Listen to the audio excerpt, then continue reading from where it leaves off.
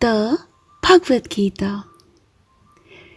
Yad yad vibhuti matsa tattvam Shrimad urjitam eva va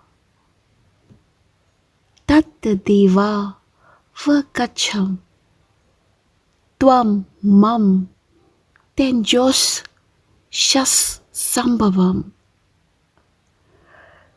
Whatever is glorious and majestic and full of vigor and energy, know that it has sprung from a fragment of my splendor.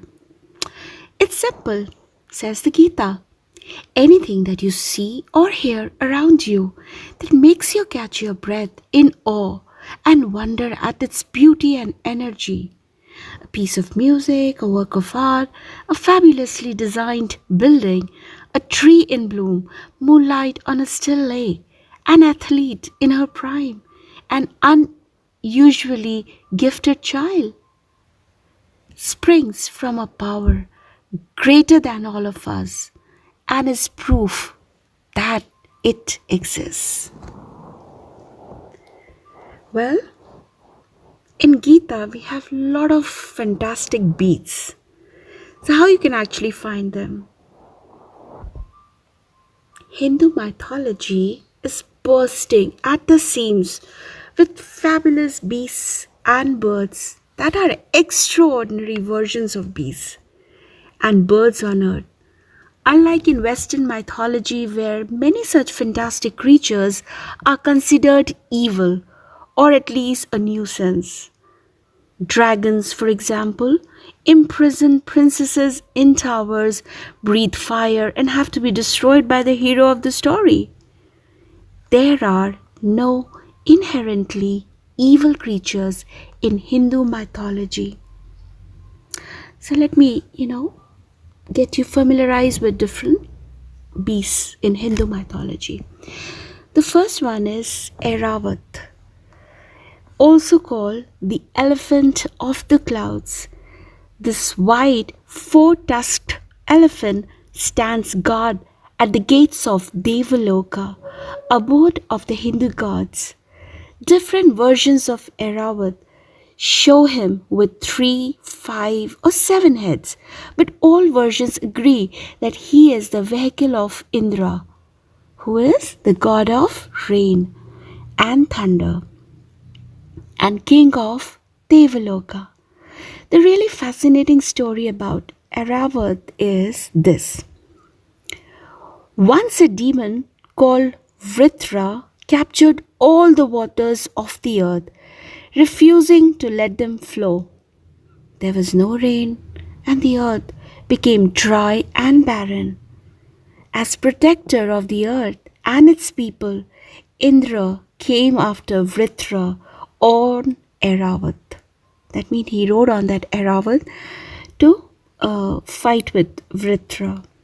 While the battle raged, Airavat reached into the underworld with his mighty trunks, sucked the water out of underground reservoirs, and spread the clouds with it. The rain came down in torrents and was lapped up gratefully by the parched earth. Of course, Indra won in the end, but the more interesting part of the story is Airavat's role. So much more fun to learn about how the water cycle works through this story than the way science textbooks teach it. Don't you think? Okay, the second part, it was Uchhasa Shravas, means there was the stories, and in fact, very famous story in Hindu mythology is the one about the churning of the ocean of milk.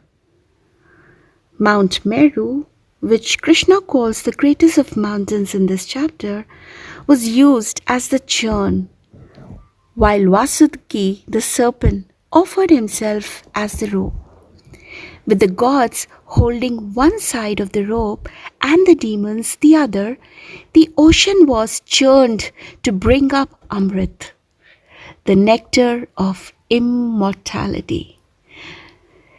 Before the pot of Amrit came up, however, several other treasures were churned up, including the snow-white seven-headed flying horse. After this, like this Uchasra Shravas once was talked about like the vehicle of Mahabali, king of the demons. So once when Uchasra Shravas was flying across the sky, Vinita and Kadru, two sisters watching him from the earth, could not agree on whether his tail was black or white. They decided to bet on it, with the stake being that the loser would become the winner's slave for life. Kadru, who had bet that the tail was black, realized that she had been wrong. Uchase Shrava's tail was as white as the rest of him. So she asked her sons, the black snakes, to wind themselves over the horse's tail when she brought Vinita there. Vinita, of course, was fooled and became the snake's slave until her own son, Garud, bought her freedom back for her. Now, when we are talking about Garud, how can we forget this? Because this is the most mightiest of man bird, whose wingspan is so large it covers the sun. Noble Garud is the vehicle of Lord Vishnu and the sworn enemy of serpents. His legendary strength and bravery are celebrated in every story about him, but his greatest virtue is his unselfishness. The story goes that Garud's mother had become a slave to her nephews, the serpents, when she lost a silly bet with her sister. To free his mother from her bond, Garud agreed to bring the snakes Amrit, that is the nectar of immortality, from the gods. To get to the pot of nectar, Garud had to get past a ring of fire that stretched across the sky, a fierce spinning disc with blades that could cut anyone to ribbons, and two deadly snakes apart from a whole battalion of guards who tried to stop him from leaving heaven with it. But Garud fought them all off and delivered the nectar to the snakes. Through all this, the noble bird did not think even once of keeping some of the nectar for himself. Pleased, Vishnu asked Garud to be his mount, to which Garud happily agreed. Then we have this Kamdhenu, this miraculous wish-granting cow capable of producing weapons, armies of warriors, and entire cities from within herself, is also believed to have come out of the churning of the great ocean of milk. She is also called Surabhi, the sweet-smelling one. Many different sages are supposed to have owned Kamdhenu, but all versions of stories about her agree that anybody who tried to harm her or the sage who owned her came to a very bad end. In most cases, since the sage himself was forbidden to fight, it was Kamdhenu who produced weapons and armies to fend off the attackers.